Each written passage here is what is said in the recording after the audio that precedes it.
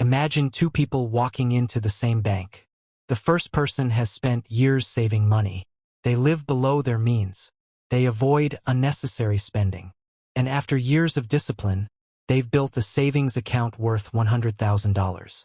The second person looks completely different. They have a mortgage, a car loan, credit card balances, and student debt. Together, they owe more than $100,000. Now here's a question most people get wrong. Which customer is more valuable to the bank? Most people immediately point to the saver. After all, the saver seems responsible.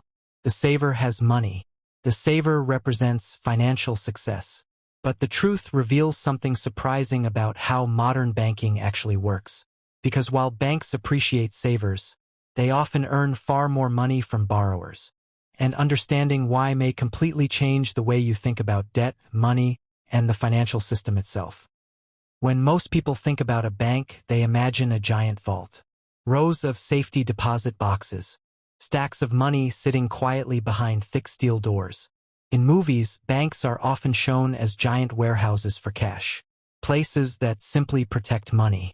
And in a way, that's true. Banks do keep money safe. But safety isn't their primary business. Because if banks only stored money, they wouldn't make much profit. Imagine opening a pizza restaurant and refusing to sell pizza. That's essentially what a bank would be doing if it only stored deposits. Banks are businesses, and like every business, they need a way to generate revenue. The surprising part is that most of that revenue doesn't come from storing money. It comes from putting money to work. And that's where the entire story begins. Here's the secret most people never think about. When you deposit money into a bank, the money doesn't simply stay there. Instead, much of it becomes fuel for loans. Your deposit may help finance someone's house, someone else's car, a business expansion, or even a student loan. The bank takes money from deposits and lends it out to borrowers. And that's where the profit begins. Think about it this way. If a bank pays you 1% interest on your savings account, but charges someone 7% on a loan, that difference becomes part of the bank's earnings. Now multiply that process across millions of customers, millions of deposits, millions of loans, millions of interest payments. Suddenly you're looking at one of the most profitable systems ever created. And the larger the amount borrowed, the larger the stream of income flowing back to the bank. From the borrower's perspective, debt often feels stressful.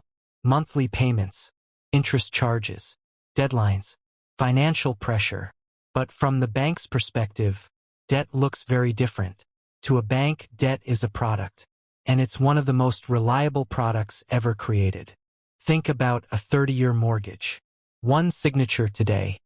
Thousands of future payments spread across decades. For the bank, that creates something businesses love.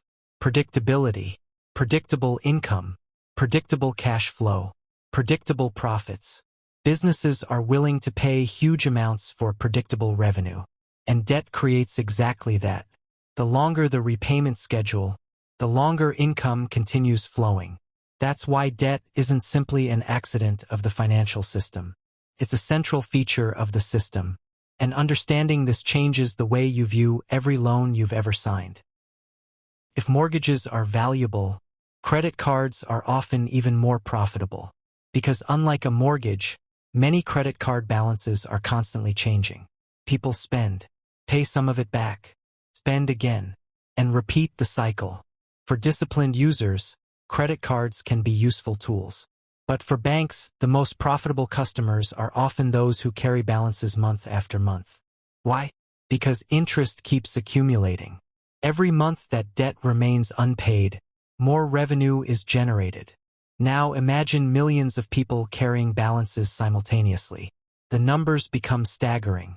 This is one reason credit card companies spend enormous amounts on marketing. Cashback rewards, travel points, sign-up bonuses. All designed to encourage spending. The card itself isn't the real product. The long-term borrowing relationship is, and once you understand that, you begin to see why the financial industry invests so heavily in getting people comfortable with debt. Let's talk about the king of all consumer debt, the mortgage. For most families, a mortgage is the largest financial commitment they'll ever make. A house might cost $300,000, $500,000, or even more. But what makes mortgages so powerful for banks isn't just the loan amount. It's the time. 30 years. Think about that.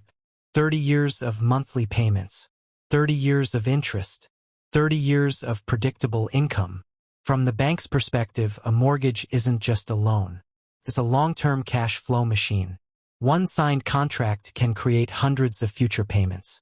And when millions of homeowners are making those payments simultaneously, the numbers become enormous. That's why mortgages sit at the center of modern banking. Not because banks love houses, but because they love predictable revenue. Now consider student loans. Many people take on debt before earning their first full-time paycheck. The promise is simple: borrow today, earn more tomorrow. And for some people, that works. But from the bank's perspective, student loans create something incredibly attractive. Long repayment periods. Many borrowers spend 10, 20, or even 30 years paying off education debt. Think about the scale. Millions of students, millions of loans, decades of payments. The financial system understands something most young borrowers don't. Future income is valuable, and student loans are essentially a claim on part of that future income. Again, this doesn't mean loans are evil. It simply means banks are running a business, and businesses are designed to generate returns. Have you ever noticed something strange? Almost nobody advertises saving money, but borrowing? It's everywhere. Car loans, credit cards, buy now, pay later, zero down financing. The reason is simple. Borrowing generates revenue. Saving usually doesn't. That's why financial companies spend billions marketing loans. The easier borrowing becomes, the more customers enter the system. And the more customers enter the system, the larger the stream of future payments becomes. This isn't a conspiracy. It's economics.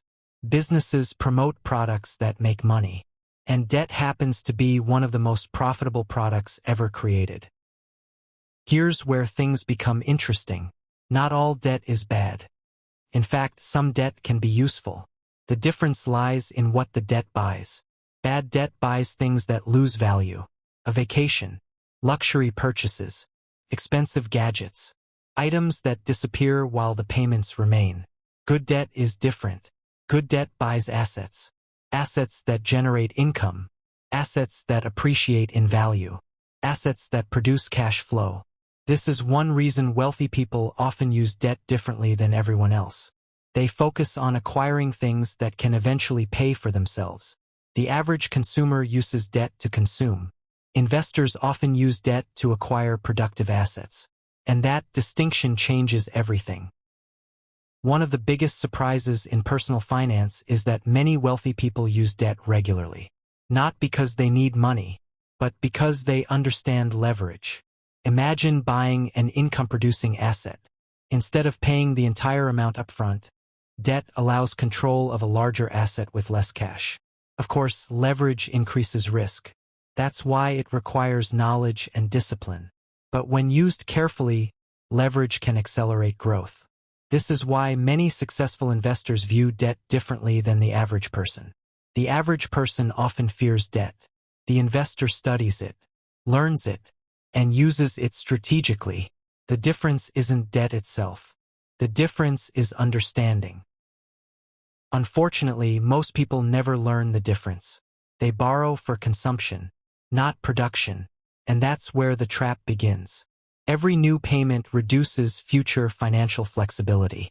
The larger the debt burden becomes, the harder wealth creation becomes. This creates a cycle. Income arrives. Bills consume it. Debt payments consume more. Savings receive whatever remains, which is often very little. Years pass, and the cycle continues.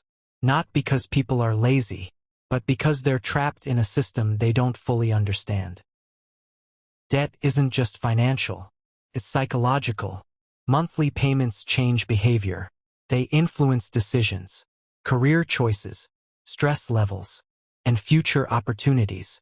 A large debt burden can make people feel trapped, even when their income rises. This is why financial freedom isn't simply about income. It's about control. The more obligations you carry, the less flexibility you have. And flexibility is often one of the most valuable financial assets a person can possess. The good news? Understanding the system changes everything. Once you understand how debt works, you stop seeing it emotionally. You start seeing it strategically. You ask better questions.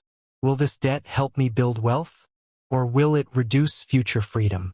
Will this loan create income? Or only create payments? These questions separate financial consumers from financial builders, and they often determine who accumulates wealth over time. Banks aren't villains. They're businesses. Their goal is profit, and debt happens to be one of their most profitable products. The problem isn't that debt exists. The problem is that many people enter debt agreements without fully understanding the long-term consequences. Knowledge changes that, because once you understand the rules, you can start playing the game differently. So do banks want you in debt? In many ways, yes, because debt generates revenue, debt generates profits, and debt keeps the financial system moving. But the lesson isn't to fear debt. The lesson is to understand it. Because people who understand debt can use it as a tool. People who don't understand debt often become the product. And that single difference can shape an entire financial future. The question isn't whether debt exists. The question is whether you're controlling debt, or debt is controlling you. If you enjoyed this lesson, you're going to love what's coming next. On Wealth with Mark, we break down the money lessons schools never teach. How banks make money, how inflation steals wealth, how the rich use compounding, and how ordinary people can build extraordinary financial freedom. So subscribe now and join thousands of future wealth builders. Because every video is designed to help you make smarter money decisions. And remember, the goal isn't just to earn money. The goal is to understand money. I'll see you in the next lesson.